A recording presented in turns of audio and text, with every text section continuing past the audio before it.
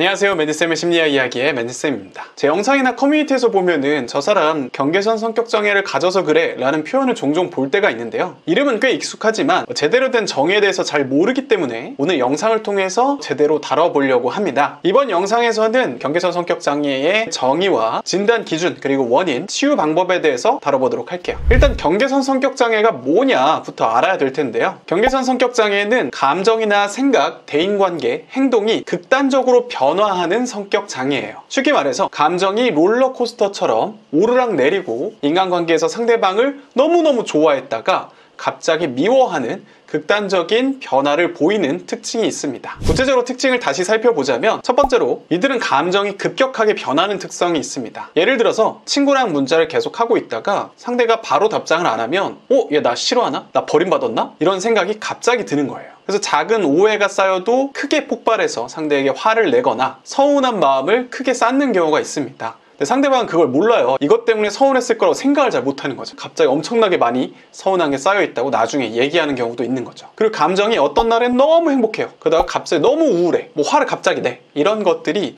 롤러코스터처럼 계속 반복된다는 거죠. 두 번째로는 사람들과의 관계가 불안정합니다. 첫 번째 이유들 때문에 인간관계가 안정적이기도 힘들 것 같은데요. 이들은 친구나 연인을 너무 좋아했다가 갑자기 싫어지는 감정의 변화를 보이기도 합니다. 그래서 가까운 사람에게 나 이제 이 사람 없으면 안 돼 라고 막 얘기하고 다니다가 갑자기 어느 순간 이제 다 끝났어. 그 사람 쓰레기야. 이런 식으로 얘기를 하면서 관계를 끊어버리기도 한다는 거죠. 극단적인 이상화와 극단적인 평가절하가 왔다 갔다 하게 됩니다. 그리고 연인이나 친구가 자기를 떠날까봐 불안해서 확인받으려고 계속 연락을 한다거나 상대가 지칠 정도로 매달리는 모습을 보여줍니다. 반대로 상대방이 조금만 거리를 두려고 하면 내가 싫어졌나? 그래, 너 싫어하는 거 맞지? 라고 하면서 먼저 밀어내버리기도 합니다. 상대방 입장에선 좀 당황스러울 수밖에 없는 거죠. 세 번째로는 충동적인 행동을 할 때가 많습니다. 감정이 격해졌을 때 나중에 후회할 행동을 저지를 수가 있어요. 예를 들어서 화가 났을 때 갑자기 물건을 막 던져버린다거나 친구한테 상처되는 말을 막 쏟아낸다거나 하는 등의 감정이 폭발하는 모습을 보여주는 거죠. 그 외에 돈을 막 확 써버린다거나 평소에는 안 하던 위험한 행동들을 하기도 합니다. 이를테면 과속 운전을 할 수도 있고 폭음을 할 수도 있고 갑자기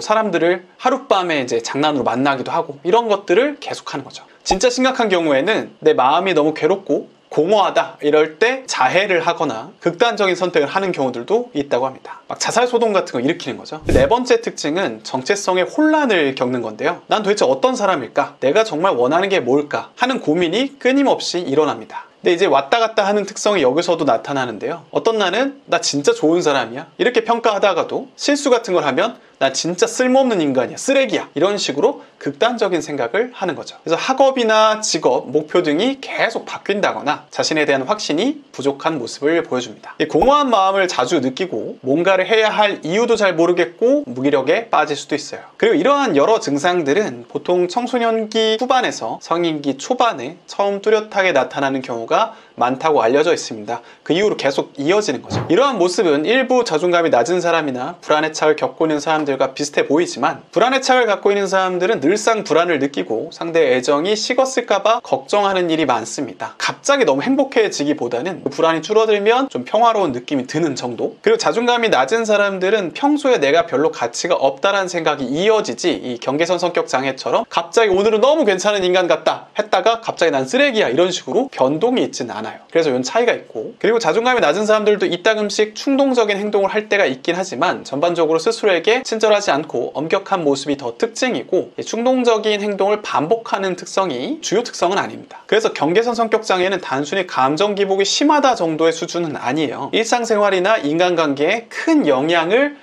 미친 정도여야 이제 경계선 성격장애라고 진단될 수 있는데요. 그래도 이 경계선 성격장애는 본인이 의지를 갖고 심리치료나 약물치료를 받는다면 충분히 나아질 수 있는 성격장애로 알려져 있습니다. 그런데 여기서 궁금하신 분들이 있을 수 있어요. 왜 여기에 경계선이라는 말이 붙었을까? 몇 가지 설이 있긴 한데 이게 가장 이제 이 정의와 잘 연결되는 설명인 것 같아요. 왜 경계선이냐? 감정과 행동이 극단적인 두 가지 상태를 왔다 갔다 하기 때문이라는 설이 유력합니다. 무슨 얘기냐면 앞에 얘기했듯이 어떤 사람을 너무 좋아했다가 갑자기 평가절하를 한다거나 감정이 너무 좋았다가 갑자기 무기력해진다거나 이런 것들을 경계를 왔다 갔다 한다.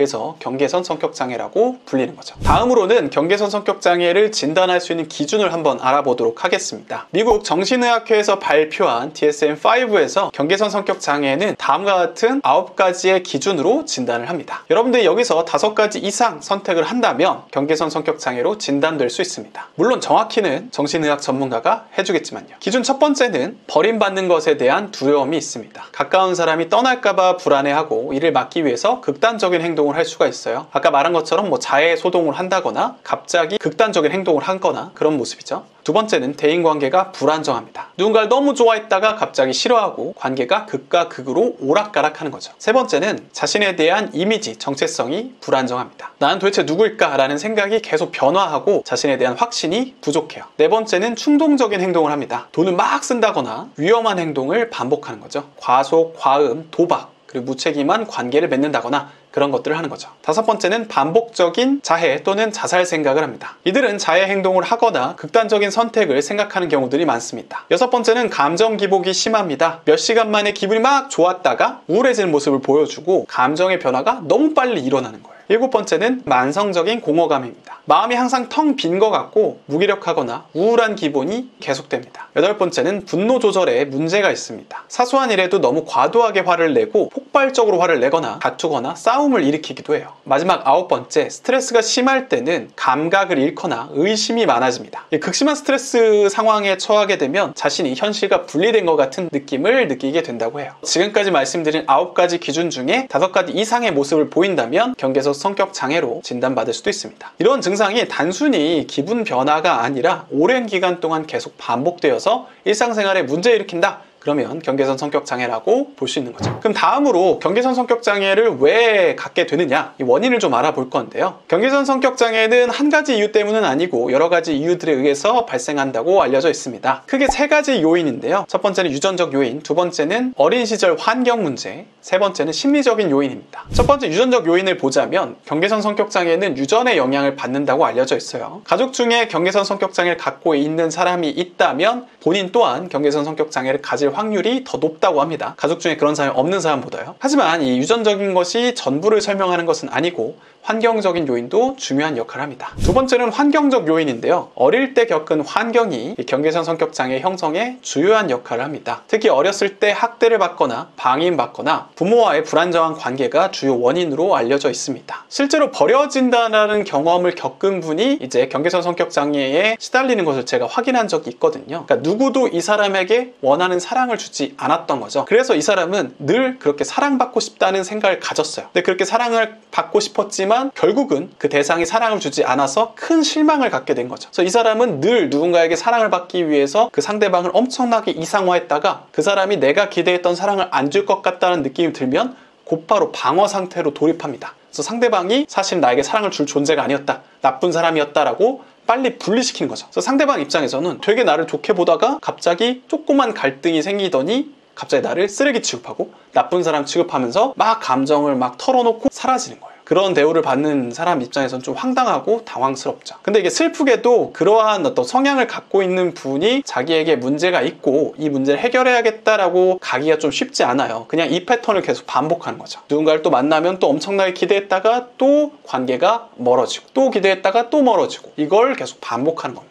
끝으로 심리적인 요인이 있는데요. 이 심리적인 요인은 기질적인 요인 플러스 비합리적인 신념이 작용한다고 볼 수 있습니다. 그래서 이들은 태어났을 때부터 감정을 조절하는 능력이 좀 떨어지는 경우들도 있고요. 일반적인 사람들보다는 쉽게 불안을 느끼고 감정이 급격하게 변하고 순간적으로 강한 감정을 느끼는 특성이 있다고 합니다. 그리고 자기 자신에 대해서 부정적으로 생각하거나 자신이 사랑받을 만한 자격이 없다고 느끼는 경향이 있다고 합니다. 그래서 앞서 말한 이 3가지 요인, 유전, 환경, 그리고 심리적인 요인이 영향을 미쳐서 경계선 성격장애가 발생한다고 볼 수 있죠. 그러면 이 경계선 성격장애를 갖고 있는 사람은 어떻게 치유를 해야 될까요? 전반적으로 이거는 이제 꾸준한 상담 치료를 받는다면 호전될 수 있는 성격장애라고 알려져 있습니다. 가장 중요하게 영향을 미치는 이제 치유 방법은 심리치료인데 그중 알려진 거는 변증법적 행동치료라는 게 있어요. 여기서 변증법적이라는 말이 좀 어려운데 쉽게 말해서 2가지 상반된 생각이나 감정을 동시에 인정하고 균형을 찾는 것이 변증법이라는 거예요. 이 경계선 성격장애를 갖고 있는 사람들은 감정이 극단적으로 움직이는 경향이 있는데요. 그래서 어떤 사람을 너무 좋아하다가 갑자기 완전히 싫어하는 식으로 관계가 오락가락한다는 특성이 있다는 거